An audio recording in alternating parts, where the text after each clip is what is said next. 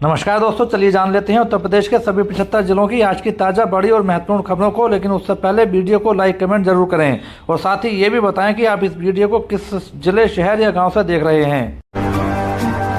वाराणसी में ऑटो चालक की हत्या, पेपर काटने वाले ब्लेड से काट दिया गला। वाराणसी में ऑटो चालक और एक युवक के बीच कहासुनी हो गई। इसके बाद युवक ने चलते ऑटो में पेपर काटने वाले ब्लेड से ऑटो चालक के गले पर हमला कर दिया, जिससे ऑटो चालक के मौके पर ही मौत हो गई। घटना की सूचना मिलते ही चितईपुर समेत 3 थानों की पुलिस मौके पर पहुंच गई। घटना की गंभीरता को देखते हुए एडीसीपी भी मौके पर पहुंचे। घटनास्थल का निरीक्षण कर पुलिस अधिकारियों को आवश्यक दिशा निर्देश दिए। मौके से आरोपी को पकड़ लिया गया है, उससे पूछताछ की जा रही है।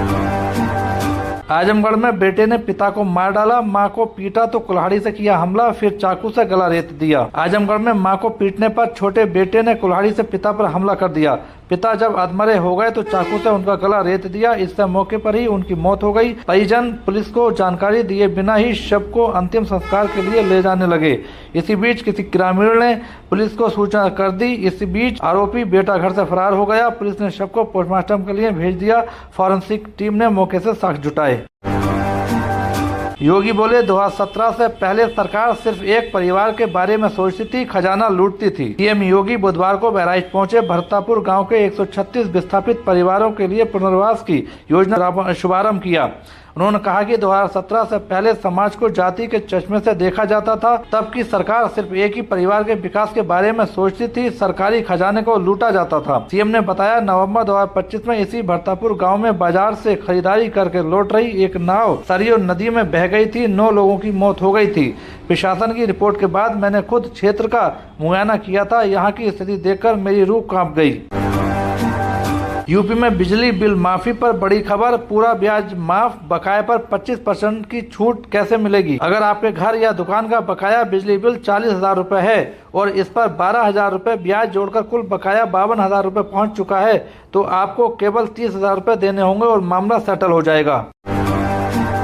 चलिए दोस्तों, आज के लिए इतना ही। उत्तर प्रदेश की सभी खबरों को जानने के लिए बने रहिए हमारे चैनल द यूपी न्यूज 92 में। जान ले ली, लोग इसके लिए पीडब्ल्यूडी और जीडीए की लापरवाही को जिम्मेदार बता रहे हैं। जिन्होंने निर्माणाधीन नाले को बंद नहीं किया। बच्चा 5वीं क्लास में पढ़ता था, जिसे उसके पिता ने हाल ही में साइकिल गिफ्ट की थी। इसी साइकिल को वह अपने दोस्तों के साथ चला रहा था, तभी सिस्टम की लापरवाही ने उसकी जान ले ली, जिसके लिए लोग पीडब्ल्यूडी और जीडीए को जिम्मेदार बता रहे हैं, जिन्होंने नाले का निर्माण किया लेकिन उसे बंद नहीं किया। अगर किया होता तो 12 साल के कन्हैया की जान ना जाती। बच्चे की मौत से उसके परिवार में मातम पसरा है।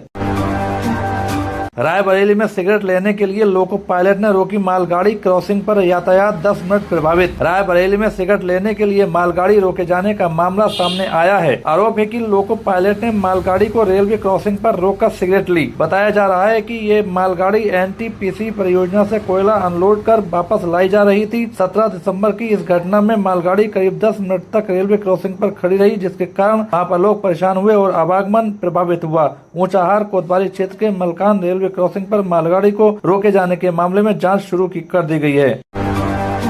यूपी के 12 शहरों से गुजरेगी बुलेट ट्रेन। 250 से 350 किलोमीटर प्रति घंटे की स्पीड से दौड़ेगी ट्रेन। बोर्ड अधिकारियों का यहाँ तक कहना है कि अगर सब कुछ सही रहा तो अगले 2 से 3 महीने में बुलेट ट्रेन के लिए कार्य जमीनी स्तर पर दिखाई देना भी शुरू होगा। साथ में सबसे पहले दिल्ली वाराणसी के बीच हाई स्पीड रेल कॉरिडोर तैयार होगा। रेलवे बोर्ड ने national high speed rail corporation limited लिखकर पुराने डीपीआर को अपडेट करने का निर्देश दिया है। अभी साल 2021 में तैयार डीपीआर बोर्ड के पास है, जिसके मुताबिक दिल्ली से वाराणसी के बीच उत्तर प्रदेश के 12 शहरों से होकर बुलेट ट्रेन गुजरेगी। चलिए दोस्तों, आज के लिए इतना ही। शहर की मील कॉलोनी निवासी गीता देवी और उनकी 20 वर्षीय बेटी नेहा सोनी 5 लोगों के साथ बियर पी रही थी। कुछ ही देर बाद नेहा की हालत अचानक बिगड़ गई। परिजन उसे पहले निजी अस्पताल ले गए, जहां चिकित्सकों ने उसे मेडिकल कॉलेज भेजने की सलाह दी, लेकिन वहां रात के समय नेहा को मृत घोषित कर दिया गया।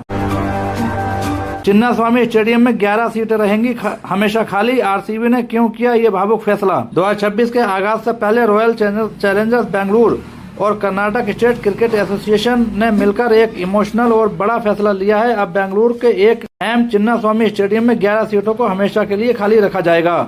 ये फैसला पिछले साल 4 जून 2025 को आरसीबी की पहली आईपीएल खिताबी जीत के जश्न के दौरान मची भगदड़ में जान गंवाने वाले 11 लोगों की याद में लिया गया है। उस दिन स्टेडियम के बाहर भारी भीड़ के बीच हुई घटना ने पूरे क्रिकेट जगत को झकझोर दिया था और इसे खेल इतिहास के सबसे दुखद दिनों में गिना गया।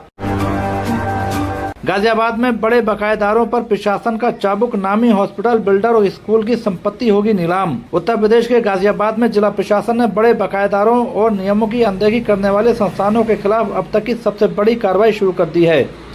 तहसील सदर ने शहर के 5 बड़े संस्थानों और बिल्डरों की संपत्ति नीलाम करने का नोटिस जारी कर दिया है। इन संस्थानों पर RERA, बिजली विभाग और आवास विकास परिषद का करोड़ों रुपया बकाया है, जिसे वसूलने के लिए प्रशासन अब उनकी अचल संपत्तियों को बेचने की तैयारी में है। शाहजहांपुर बना विकास का नया हब। योगी सरकार ने दी बीबी की सौगात, जाने किस जिले की झोली में किया आया। योगी सरकार के बजट 2026 में शाहजहांपुर को बड़ी सौगात मिली है। जिले में स्वामी सुखदेवानंद विश्वविद्यालय की स्थापना के लिए 21 करोड़ और शहीद बिस्मिल मेडिकल कॉलेज के जरिए स्वास्थ्य ढांचे को मजबूती दी गई। ODOP योजना से यहाँ का जरी जरोदोज शिल्प अब दुबई और सऊदी अरब तक निर्यात हो रहा है, जिससे कारीगरों की आय कई गुना बढ़ी है। साथ ही बजट में प्रदेश के अन्य जिलों के लिए नए विश्वविद्यालय, जेवर एयरपोर्ट और अयोध्या काशी के विकास हेतु भारी बजट आवंटन हुआ है। चलिए दोस्तों, आज के लिए इतना ही।